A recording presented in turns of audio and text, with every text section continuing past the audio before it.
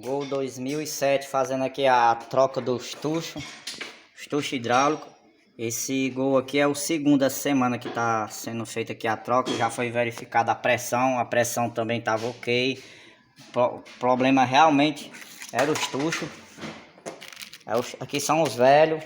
Já foi colocado os tuchos novos no local. Já foi verificado o comando, a tampa já está limpa. A gente vai agora colocar a tampa e fazer o aperto com torquímetro. O torquímetro aqui já está na regular já. Tem na tabela aqui, 9 N o aperto.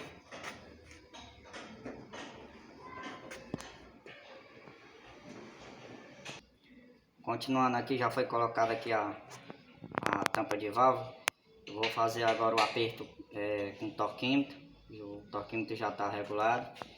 E quando vai ser retirada essa tampa, só pode retirar se o motor tiver frio. Se o motor tiver quente e for afrouxar os parafusos, estrompa os parafusos, porque o cabeçote é de alumínio. Tem que deixar esfriar para retirar os parafusos.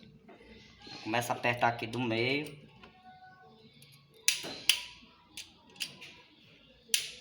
E vai cruzando aqui.